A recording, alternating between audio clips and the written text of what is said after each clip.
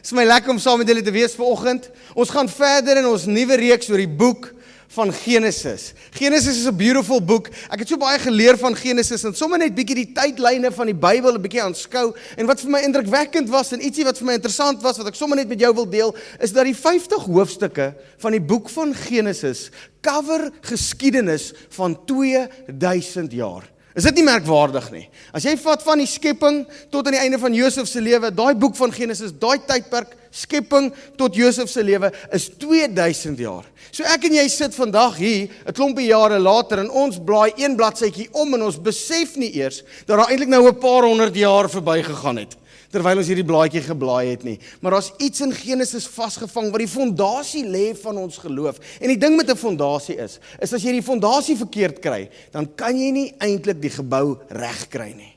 As daar 'n fout is heel aan die onderkant, as daar 'n fout is aan die begin, as daar 'n fout is in die fondasie, dan maak dit nou nie saak wat se gekwalifiseerde steenlegger jy moontlik mag wees nie. Jy gaan spook en jy gaan spartel om die ding in die regte vorm te kry. As jy 'n ronde gebou wil bou op 'n driehoekige fondasie, dan sit jy met 'n probleem. Die fondasie bepaal baie, en dit is hoekom ons in Genesis indelf. Ons delf 'n bietjie in Genesis in, sodat ons die fondasie kan sien. Sodat ons van die begin af kan weet, ons verstaan iets van wie God is. Ons verstaan iets van sy waarheid en van sy woord, en ons verstaan iets van hoekom hy ons geskep het. En dit was eintlik laasweek se tema, so ek beloof om hom nie weer te preek nie, maar ons leer iets hier van die fondasie en van die begin en van die skepping en van wie ons God is. Genesis 1 vers 27. God het die mens geskep. En in sekere kringe is daai revolutionêr. In sekere kringe kan daai een sinnetjie nogals vir jou 'n debat ontketen wat jy nie kan glo nie. Maar God het die mens geskep. As sy verteenwoordiger, as beeld van God het hy die mens geskep. Man en vrou, nog een van daai goedjies wat 'n redelike debat kan veroorsaak. Man en vrou het hy hulle geskep. Toe het God hulle geseën en vir hulle gesê, wees vrugbaar, word baie, bewoon die aarde en bewerk dit. Heers oor die vis in die see, oor die voëls in die lug, oor al die diere van die aarde, ook oor die diere wat op die aarde kruip. Verder het God gesê, let op, ek gee aan julle al die plante wat saad gee op die hele aarde, ook al die bome wat vrugte dra en saad gee. Dit sal julle kos wees, maar aan die wilde diere op die aarde, en aan die voëls in die lug, en aan die diere wat op die aarde kruip, aan alles wat leef gee ek al die groenplante as kos. So het dit gebeur. Toe het God gekyk na alles wat hy gemaak het, en dit was baie goed. God kyk na alles wat hy gemaak het en hy sê, dit is baie goed. Dit het aand geword en dit het môre geword en dit was die 6de dag. En ons leer so baie van wie ons God is in daai eerste paar versies. Toe sê ons God dat hy sal maak die mens in sy beeld en na sy gelykenis. En toe maak God die mens na sy beeld en na sy gelykenis. En een van die eerste goed wat God gedoen het, is hy het hulle geseën. En is dit nie merkwaardig nie? Voordat hulle enigiets gedoen het, voordat hulle mooi opgetree het, voordat hulle by die reëls gehou het, voordat hulle enigiets na God toe kan bring van eer of van lof of van aanbidding, voor enigiets anders, net nadat hy hulle gemaak het, seën hy hulle. En dis die God wat ons dien. En dan begin ons sien hoe God vir ons voorsien. Ons sien hoe hy hierdie perfekte aarde maak. Hy sê, ek gee vir julle om te eet, al hierdie mooi bome, al hierdie goed met die sade en die vrugte en die bessies, dis julle sin om te eet. En dan die diere wat ek gemaak het, ek gee vir hulle. So God is ons bron. God is die een wat vir ons voorsien. En hy plant hierdie beautiful tuin en hy laat die mens daar bly. Genesis 2 vers 8 en 9 sê, die Here God het toe 'n tuin in Eden in die ooste aangelê. Wie die tuin aangelê? God het die tuin aangelê. Wie die plante geplant? God het die plante geplant. Wie was die boer in die tuin? God was die boer in die tuin. God het die bome geplant. God het die tuin aangelê. En hy het die mens wat hy gevorm het, daar laat woon. Die Here het verder allerlei bome, mooi om na te kyk. En dis waar my vrou vandaan kom. Daar's goed in ons huis, wat letterlik net mooi is om na te kyk. Hulle dien geen doel nie. Jy sal dit nie glo nie. As dit my plek was, dan sou daai ding nie daar gewees het nie. Maar daar is 6 kussentjies op ons bed, wat nie verslaap is nie. En daar is honderde goedjies wat net daar rond staan, somme net, want hulle is mooi vir my, en hulle is lekker om na te kyk, en so is ons God. God maak bome, klomp van hulle, en party is somme net mooi. Daar's hy. Daar's 'n mooi boom. Saam met die mooi bome sal ook die wat lekker is om van te eet. En dis die wat ek 'n bietjie meer geniet. Hierdie dinge te doel ook, hy het 'n rede om hier te wees. God maak hierdie plante, hierdie bome, mooi om na te kyk, lekker om van te eet. Het hy uit die grond laat opspruit, ook die boom van die lewe in die middel van die tuin, en die boom van alle kennis. En God maak hierdie perfekte wêreld. God maak hierdie wêreld, God seën die mens, God voorsien vir die mens, en alles is in plek. Alles is in plek. Alles is soveel in plek, dat God staan 'n bietjie terug, en hy sê, dis goed. Nee, wag, inteendeel, dit is baie goed. Maar nou wil ek vir jou vra, kyk 'n bietjie na die wêreld nou. Kyk 'n bietjie na die mensdom vandag. Kyk 'n bietjie na die nuus. Kyk 'n bietjie na siekte, kyk 'n bietjie na dood, kyk 'n bietjie na geweld, kyk 'n bietjie na armoede. Kyk na die tekort, kyk na die strate, kyk na die hospitale, kyk na die oorlog, die Gaza-strook, die Oekraïne. Kyk na al hierdie korrupsie, kyk na die inflasie. Kyk na hoe huwelike lyk. Kyk hoe ouers en kinders se verhouding lyk. Kyk na child trafficking. Kyk na kinderpornografie, kyk na kinderprostitusie. En dan sê ons vir mekaar, lyk dit vir jou geseënd? Kyk na siekte en na dood, kyk na swaar kry en na sukkel, kyk na die sweet van jou aangesig, en vra vir jouself af, lyk dit vir jou geseënd? Lyk dit soos 'n wêreld waarna jy sou gekyk het, en teruggestaan het en gesê het, dis goed, inteendeel nee, wag, dis baie goed. Lyk dit vir jou soos die wêreld wat God vir ons gegee het? Lyk dit vir jou soos die perfek wat hy aanvanklik geskep het? Ek kan 3 minute se nuus kyk en ek kan vir jou sê, is nie my beskrywing van hierdie planeet nie. Ek kan 3 minute se nuus kyk en ek kan 'n paar dokumentêre kyk en ek kan 'n paar wille movies kyk en ek kan kyk na wat in die buiteland, die binneland en oral om ons gebeur en ek kan vir jou sê iets het gebreek. Ek kan vir jou sê iets het fout gegaan.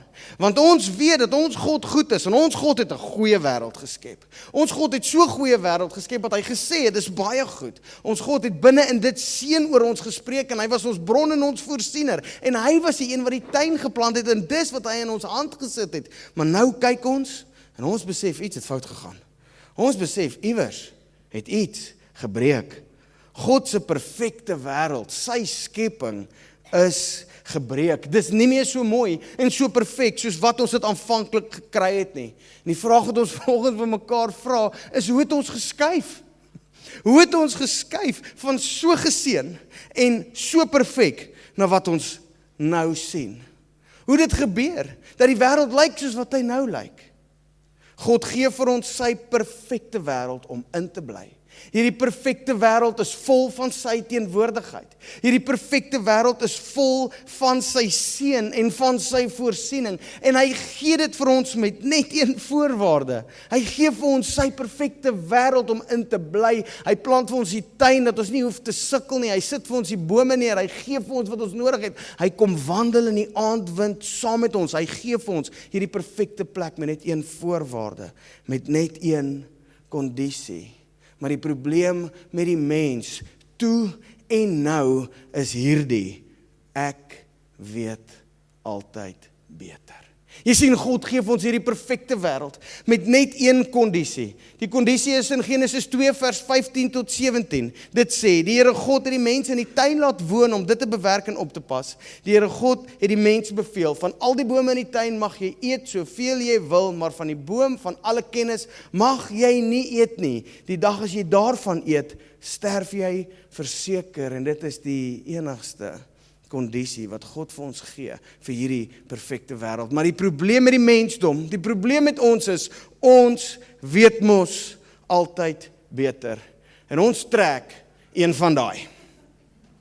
Ons trek een van daai. Kykie, jy sê nie vir my nie. Ek weet beter. Moenie van die boom eet nie, ek sê jou sê. Jy sê nie vir my nie.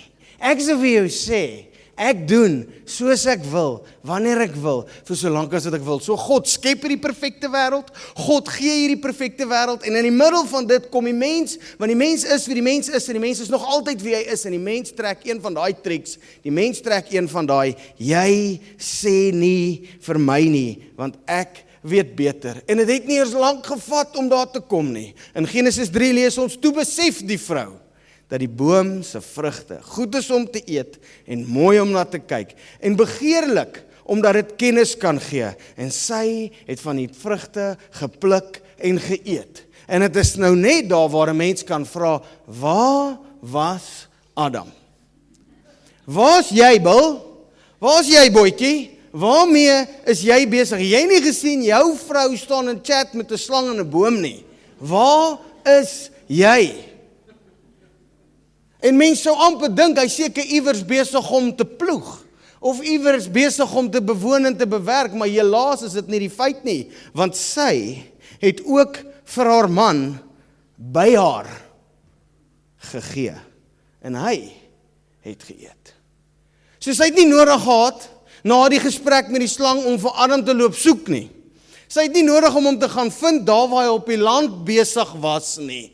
Daar was nie 'n land om in besig te wees nie. Hy het vrugte gepluk, hy het goedjies versamel. Dit was eintlik 'n baie geseënde plek om in te bly. So wat met hom gebeur het, is hy staan en kyk hoe sy vrou met hierdie slang praat. En hy kyk die storie maar net uit. En hy's choopstil. Hy sê nie 'n woord nie. In die volgende oomblik pluk die vrou van die vrug en sy eet die ding. En sy draai om en sy sê, kry vir jou van hierdie vrug. En hy eet ook van die vrug. En dit is in daai oomblik wat dinge vir ons begin skeefloop het. Dis in daai oomblik waar die verval van God se perfekte wêreld vir ons begin het. Dis in daai oomblik waar dinge uit mekaar uitgeval het. En my liewe vriende, dit is hoekom die wêreld vandag lyk soos wat die wêreld lyk. Ek hou van hoe God self dit stel. God self stel dit so. Genesis 3 vers 17. Vir die mens het die Here God gesê, omdat jy na jou vrou geluister het en geëet het van die boom waarvan ek jou verbied het om te eet, is die aarde deur jou toedoen vervloek. Die aarde is deur jou toedoen vervloek. Met swaar kry sal jy daaruit 'n bestaan maak jou lewe lank. Die aarde sal vir jou dorings en dussels laat uitspruit en jy sal veldplante eet. Net deur harde werk sal jy kan eet, totdat jy terugkeer na die aarde toe, want daaruit is jy geneem, stof is jy en jy sal weer stof word. Volg met my die prentjie. Perfekte wêreld wat God geskep het, vol van God se seën, vol van God se teenwoordigheid, vol van God se goedheid, vol van God se nabyheid, alles wat ons nodig het, vasgevang in hierdie wêreld. Een kondisie, een voorwaarde, los daai boom uit. Los daai boom uit. En ons kom in 'n moment of enlightenment, gesels met 'n lustige bogger in 'n boom. En die volgende oomblik besluit ons weet beter. En in die oomblik van ons weet beter, neem ons en eet ons, en as gevolg van ons eie toedoen, is die aarde vervloek. En met swaar kry sal jy daaruit 'n bestaan maak, jou hele lewe lank. Die aarde sal vir jou dorings en dussels produseer. Die pes en die plaag en die siekte en die dergelike sal oor jou pad kom, want ons weet beter. Jy sien, dis nie die wêreld wat God geskep het nie. God het 'n mooi wêreld geskep. God het 'n perfekte wêreld geskep. God het 'n wêreld geskep, geskik vir die mense om in te bly. Die mense het kaal rondgeloop, so dit is belangrik dat daar geen dorings moes gewees het nie. Kyk, jy dink kaal rondloop in ons doringshok. Dis 'n verskriklike storie. Maar God het 'n wêreld gemaak wat perfek is vir die mens. God het 'n wêreld gemaak waarin ons lekker kan bly, lekker kan lewe, saam met hom kan wees, hom kan leer ken, verhouding met hom kan geniet, en ewe skielik besluit ons weet beter, en hierdie vloek kom oor hierdie wêreld. Dis die swaar kry, dis die dorings, dis die dussels, en op die einde sal ons terugkeer na die grond toe. Op die einde sal ons sterwe. Iets het God se perfekte wêreld kom breek. Iets het God se perfekte wêreld vernietig. Wat het met God se perfekte wêreld gebeur? Sonde. het met God se perfekte wêreld gebeur. Romeine 5 vers 12 sê verder nog dit, deur een mens het die sonde in die wêreld gekom, en deur die sonde die dood, en so het die dood tot alle mense deurgedring, omdat almal gesondig het. En dis waar ons nou is. En die vraag wat 'n ou nou maklik vir jouself kan vra is, hoe kan dit wees? Die vraag wat 'n ou kan vra, en jy voel amper getempteer, is hoekom sou Adam en Eva so stupid gewees het? Hoekom sou hulle geval het vir hierdie ding? Hulle het alles gehad wat hulle nodig gehad het. Ek meen, ek en jy kyk terug na die tuin van Eden, ons kyk terug na die wêreld sonder dussels en dorings en pes en plaag en siekte en kanker. Ons kyk terug na 'n wêreld sonder enige ervaring van die dood. Ons kyk terug na 'n wêreld onder die seën van God en ons dink by onsself, hoe sou jy dit prysgee? Is jy stupid? Hoe sou jy dit opgee? Hoe sou jy daai fout gemaak het? En ons vra vir mekaar, hoe kan dit wees?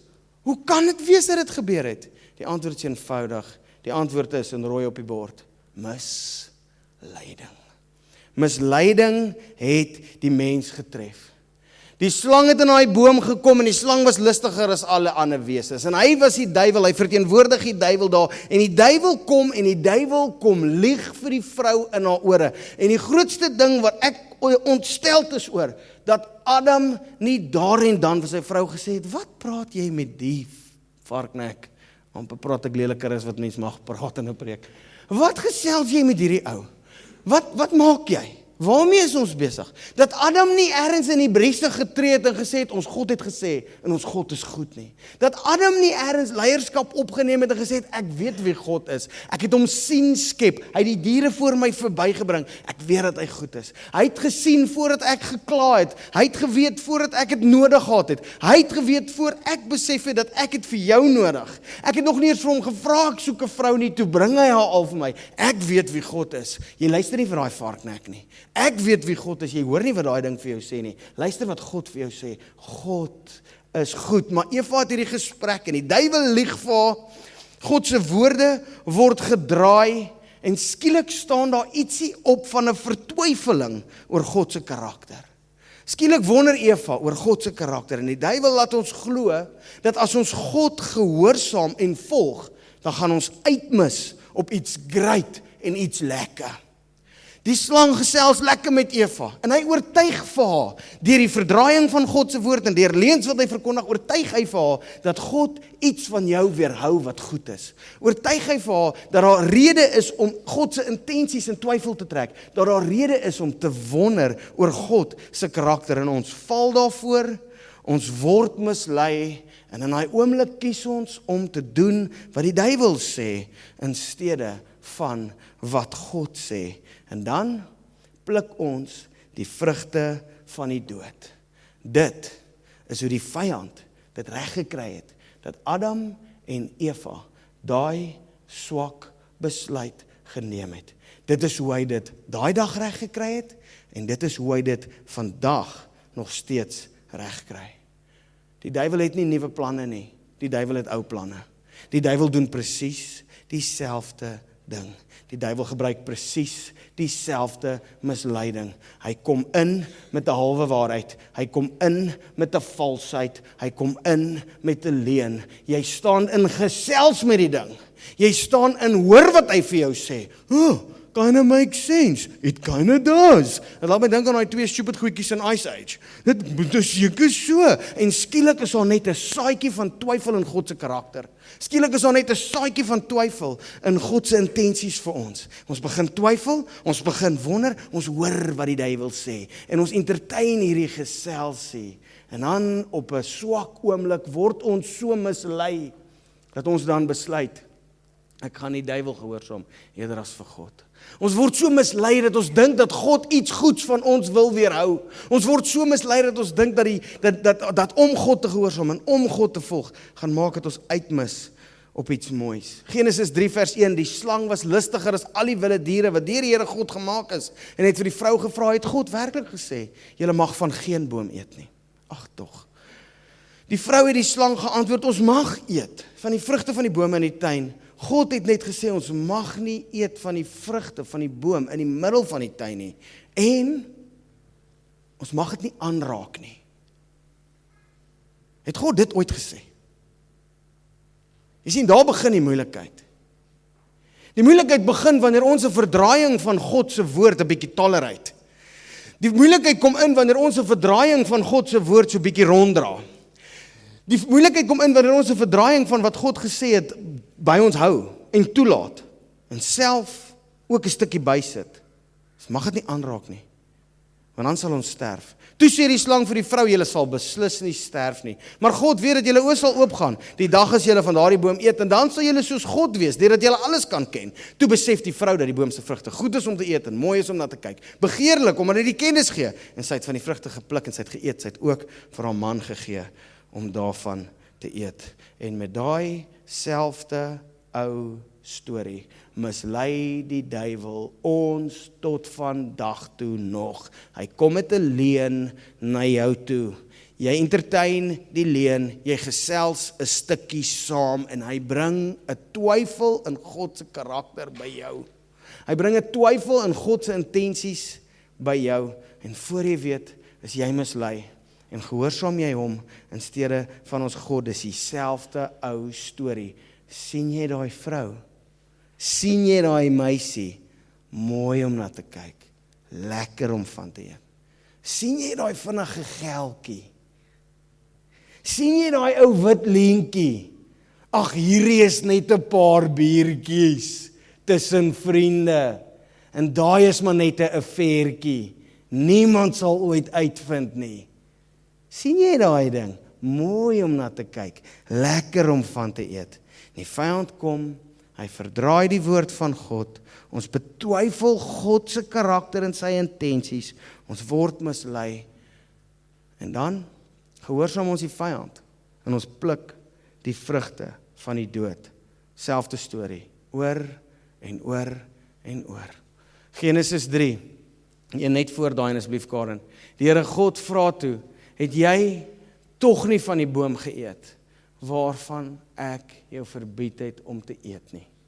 Die mens het geantwoord, die vrou wat U my gegee het. En daar is hy gebore, blame shifting, alive and well, kicking, elke dag. Hier's moeilikheid, was sy. Hier's moeilikheid, wasn't me. Jy het tog nie van die boom geëet. Ek vir jou gesê het om nie van te eet nie. Die vrou wat U my gegee het om my by te staan, sy het vir my van die boom van die vrugte gegee, en ek het geëet.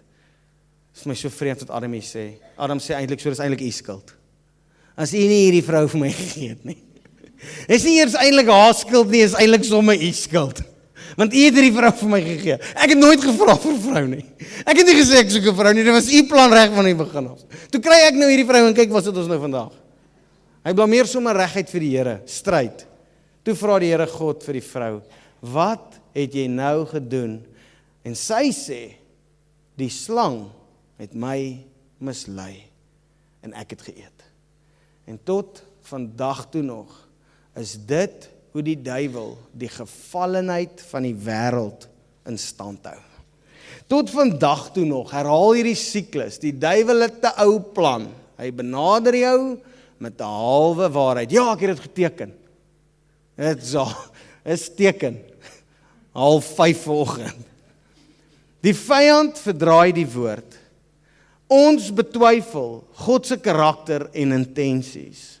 Ons word mislei en kies ongehoorsaamheid aan God en ons pluk die vrugte van die dood. Sien jy daai siklus? Sien jy daai siklus wat die duiwel in Genesis 3 gebruik het en wat hy tot vandag toe nog steeds gebruik? Ek sit met ouens, mans, vrouens, ek sit met mense en dan sien ek hierdie siklus voor my oë afspeel. Jy weet wat die Here gesê het. Jy weet wat die Here van jou verwag, jy weet wat die waarheid is, jy weet wat die regte ding is om te doen, maar iewers is daar iets wat jou laat twyfel in die karakter van God. Iewers is daar iets wat vir jou sê, dalk is hier lewe om te beleef in hierdie pad af, wat ek nie gaan beleef as ek dit nie vat nie. Iewers voel jy dat God jou uit die lewe wil uithou, uit die goeie wil uithou, en dan besluit jy entertain 'n bietjie gedagtes en jy besluit om ongehoorsaam te wees aan die Here. Jy kies om die duiwel te volg en dan pluk jy die vrugte van die dood. Jy sien, die probleem is ons almal weet watter vrugte ons nie van hou nie. Ons almal weet wat se vrug is sleg. Die dood is slegte vrug om te pluk en ons almal weet ons wil nie. Die probleem is ons is nie baie goed met die onderskeiding van die saad wat ons saai nie. Jy kan met enige iemand praat, dan vertel hy vir jou 'n lang storie. Eerder, die storie is gesaai met die ongehoorsaamheid en die twis en die tweedrag en die onvergifnis. En weet jy waarop eindig daai storie? Daai storie eindig met, ek kan nie glo die Here sal dit toelaat nie. Ek kan nie glo die Here sal dit aan my doen nie. En luister ek daai storie, dan dink ek, die Here sit in die hemel. En hy sê, wat? Ek was nie eers daar nie. Ek het niks aan jou gedoen nie. Jy het jouself hier afgelei. Wat bid ons? Lead me not into temptation, for I shall find my own way there. Ek sal uitkom. Moenie worry nie. Hier, ons het hierdie lang storie van swak saad gesaai, maar wanneer die vrug opkom en ons moet hom pluk, dan is ons harte seer. Ons saai die swak saadjies, en as die vrug opkom, dan sê ons, Here, hoe kan U dit toelaat? En die Here is so, nee. Dis die saadjies wat jy gesaai het, as gevolg van jou toedoen, pluk jy nou die vrug van hierdie dood. Omdat jy gekies het om, pluk jy nou hierdie vrugte. Ons weet daai vrugte is sleg. Ons kan die vrugte goed onderskei. Maar ons sukkel so bietjie om die saadjies te onderskei. Dis 'n siklus. En ons kry nie uit daai siklus uitgebreek nie. Vraag vanoggend is, hoe kom ek vry? Hoe breek ek uit hierdie siklus uit? En die antwoord is eintlik relatief eenvoudig. Die probleem is 'n misleiding. Die probleem het begin by die woord, wat die vyand gevat het en verdraai het. Maar die antwoord, die oplossing, is ook in die woord. Want hier is wat die kruks is van vanoggend se preek. En as jy niks anders onthou nie, onthou hierdie. Die woord verdraai bring die dood. Die woord gehoorsaam gee lewe. En dis die uiteinde van die hele prentjie. Dis die uiteinde van hierdie hele verhaal. Die woord verdraai lei na die dood.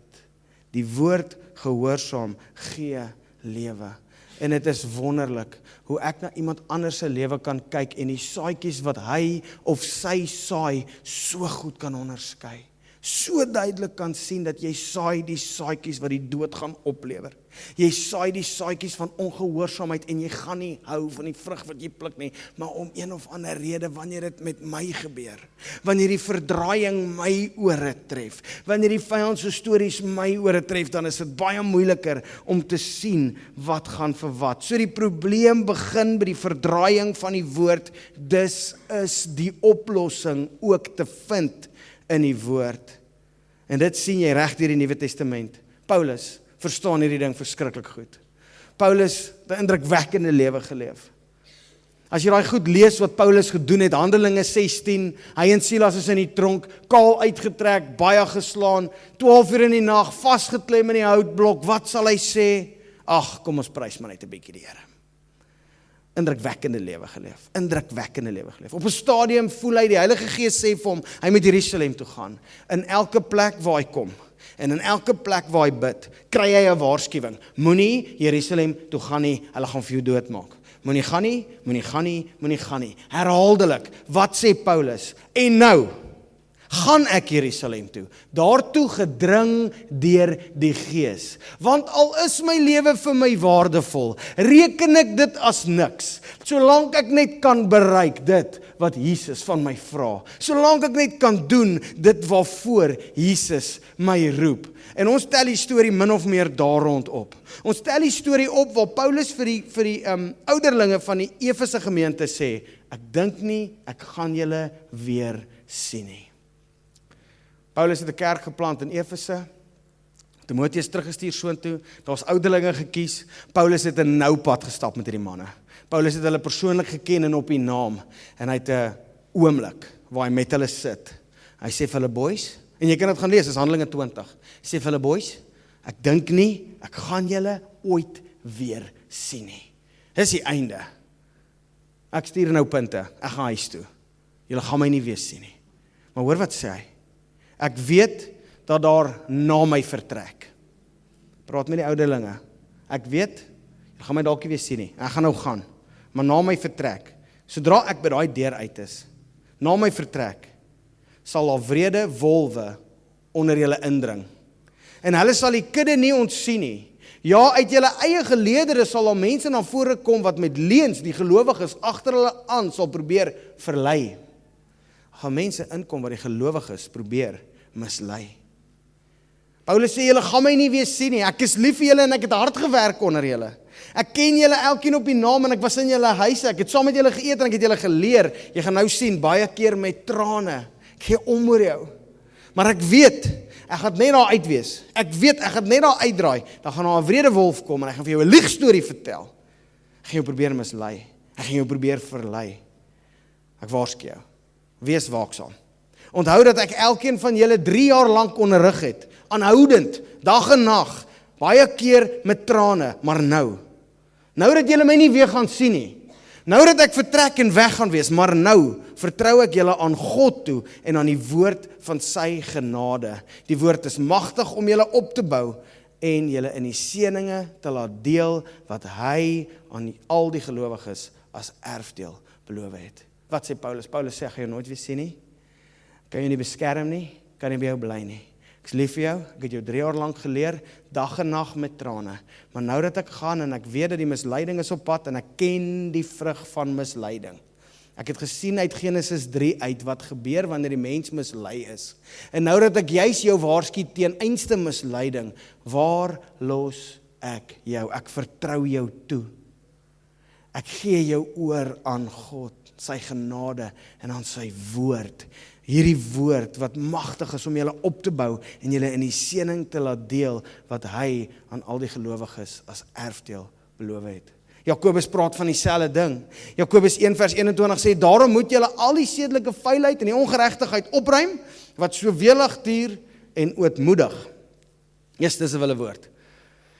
Met nederigheid, met teerheid, aspres en doelbewus, versigtig, maar tog die woord aanneem. En ootmoedig die woord aanneem, wat God in julle geplant het, want die woord kan julle red. Julle moet doen wat die woord sê en dit nie net aanhoor nie, anders bedrieg of mislei, sê baie van die Engelse vertalinge. Anders bedrieg of mislei julle sommer julleself. Iemand wat altyd net die woord aanhoor en nooit doen wat dit sê nie, is soos een wat na sy gesig in 'n spieël kyk. Hy bekyk homself, gaan van die spieël af weg en vergeet dadelik hoe hy gelyk het. Maar iemand wat hom verdiep in die volmaakte wet wat 'n mens vrymaak en hom daaraan hou en nie vergeet wat hy hoor nie, maar dit doen, hy sal gelukkig wees in alles wat hy doen. Jy sien, God skep hierdie perfekte aarde en hy gee vir ons hierdie perfekte aarde en daar's net een voorwaarde, daar's net een vereiste, moenie van daai boom eet nie. Maar deur 'n liegstorie van ons vyand word ons verwar. Deur 'n liegstorie van ons vyand besluit ons weet beter. Ons eet van daai boom en dood en siekte tree die wêreld toe. En tot en met vandag toe het die vyand daai selfde strategie. Hy kom na jou toe met 'n woord wat verdraai is. Hy lei jou om te twyfel in wat God se karakter is. Jy luister wat die vark sê. Jy gehoorsaam wat hy sê. En dan pluk jy die swak vrugte. Hoe bly ons uit daai gat uit? Hoe bly ons uit die moeilikheid uit? Ons bly uit die moeilikheid uit deur die woord van God te hoor en te hoor en te hoor en dit te gehoorsaam. Die duiwel bring die moeilikheid in die vorm van 'n woord. Die oplossing is in die vorm van 'n woord. En as jy dit begin sien in die Bybel, dan sien jy dit oor en oor en oor. Die wyse man bou sy huis op die rots. En die reën val neer en die vloed styg op en die reën val neer en die vloed styg op en die huis het vas bly staan. Hoekom? Jesus sê, Matteus 7, elkeen dan, wat hierdie woorde van my hoor, en daarvolgens handel, is soos 'n wyse man, wat sy huis op die rots bou. Die vloedwaters het gekom, geruk, gepluk, gestamp, gestoot, en die huis het bly staan, want die huis was op die rots. En dan sê Jesus, maar daar's ook 'n ander ou. Hy het ook hierdie goed gehoor. Elkeen dan wat hierdie woorde van my hoor en dit nie doen nie. Hy is soos 'n dwaas. Sy huis op die sand gebou het. Die reën het gekom, gepluk en geruk, en die huis het ineen gestort. Dis die einde van die storie. En nou gaan ons verder. En dit is skrif op skrif op skrif, wat ek en jy weet dat lewe is net in Jesus. Lewe is net in hom te vind. En dit is wanneer ek en jy daai commitment maak met God se woord, dat ons leer waar lewe vandaan kom. Wat sê Jakobus? Jakobus sê, een wat die woord hoor en dit doen, sal geseënd en gelukkig wees in wat hy doen. Ek wens ons wil net luister wat die Here sê. Ek wens ons wil net doen wat God sê. Ek wens ons kan verby die punt beweeg waar ons dink ons weet beter. Ek wens ons kan verby die punt beweeg waar ons God se karakter en sy intensies in twyfel trek. Ek wens jy kan op daai plek kom waar jy sien dat God goed is, dat hy die beste vir jou wil hê. En ek wens jy kan sien dat of God nooit iets sê vir homself nie. God gee geen opdrag om hom te seën nie. God gee 'n opdrag omdat hy jou gevorm het met sy hande en hy weet wat is goed vir jou. Dis hoekom hy die opdrag gee. Daar's geen enkele opdrag in God se woord wat daar is sodat hy God kan wees, God kan word of God kan bly nie. Wat ek probeer sê is as ek vandag opstaan en ek gehoorsaam alles wat die woord sê, dan bly God God. En as ek vandag opstaan en ek gehoorsaam nie 'n enkele woord van wat die woord sê nie, dan bly God nog steeds God. Dan bly God nog steeds 'n meer. Bly nog steeds die koning van die heelal. Dit gaan niks van God wegneem as ek nie 'n enkele woord van sy opdragte gehoorsaam nie, maar dit gaan my lewe vernietig as ek dit nie wil gehoorsaam nie. Dis die einde daarvan. Dis 'n harde woord, maar is waar. Dis 'n harde woord, maar is so. Wat sê Jesus? Johannes 8. Kom ons begin met 32, want ons hou van hom. Jy sal die waarheid ken, en die waarheid sal jou vrymaak. Dis die B-gedeelte van daai versie. Jy weet dit, nê? Die A-gedeelte van daai versie sê 31. As julle aan my woorde getrou bly, sal julle die waarheid ken. Die waarheid sal julle vrymaak. As jy maar net dit in jou hart kan vind om te doen wat ek sê, sal ek jou seën. As jy dit maar net in jou hart kan vind om te doen wat die woord sê, sal dit met jou goed gaan. Psalm 1, dit gaan goed met die mens wat sy vreugde in die woord van die Here vind. Dit dag en nag oordink en daar volgens leef. Ek het net een vraag vir jou, gemeente. Wat het jy teen goed gaan? Wat is dit met jou? Wat het jy teen goed gaan? Wat het jy teen geseënd wees? Wat het jy teen in verhouding en in sin en in sinrykheid leef? Die antwoord is werklik eenvoudig. Wat sê Jesus? Jesus sê baie goed, nê? Maar hy sê mooi goed. Matteus 28, welbekend in ons kringe, welbekend in ons midde. Gaan dan heen, maak disippels van alle nasies, doop hulle in die naam van die Vader, die Seun en die Heilige Gees, en leer hulle om alles te onderhou wat ek julle beveel het. Ons het so gewoond geraak aan leer hulle, sodat hulle kan weet. Leer hulle, sodat hulle dit kan quoteer in die Grieks. Leer hulle, sodat hulle 'n groepie kan maak en daaroor kan praat. Maar dit was nie die opdrag nie. Die opdrag was, leer hulle om alles te doen, te onderhou wat ek julle beveel het. Dis ek geniet hierdie, ek sal aangaan, hè. Het julle plek vir nog? Matteus 25, 10 maagde. En ek gaan nou 'n lelike ding sê, maar het was nie 5 hoere en 5 maagde nie. Het was 10 maagde, wit klere aan, uitgenooi vir die bruilof. Net 5 het ingegaan. Hoekom? Net 5 was gereed. Net 5 is gevind met olie. Wat sê Jesus? Daar's 'n wye weg. En baie is die wat dit bewandel, maar dit lei na die verderf. En dan is daar 'n smal weg, en min is die wat dit bewandel, maar dit lei na lewe. Volgende versie, nie elkeen wat vir my sê, Here, Here, sal in die koninkryk ingaan nie, maar net hy wat die wil van my Vader doen. Jesus, nou raak het wild. Nou raak het rof. Waar gaan ons van hier af? Ons gaan Johannes 3 vers 16. Want so lief het God die wêreld gehad. Elkeen wat in hom glo nie verlore sal gaan nie, maar die ewige lewe sal hê. En dan sê jy vir my, sien jy Nila, al wat nodig is geloof. Maar net glo. Sal ek gered wees? Just keep reading. Johannes 3 vers 36. Elkeen wat in die Seun glo, het die ewige lewe. Wie egter aan die Seun ongehoorsaam is, sal die lewe nie sien nie, maar die straf van God rus op hom. Wat maak ons hiermee? Wat maak ons hiermee? Dit lei ons tot 2 goed. En die eerste wat ons nie moet vergeet nie, is dat ons is inderdaad deur die genade en uit die geloof gered. Daar is nie werke in hierdie wêreld wat ons heilig kan stel voor God nie. Daar is nie werke in hierdie wêreld wat vir ons toegang tot God verseker nie. Dit is uitsluitlik op grond van iets wat God gedoen het, wat ons ontvang soos 'n geskenk en wat ons kinderlike geloof insit, wat vir ons 'n kleed aantrek van geregtigheid wat ons nie verdien het nie.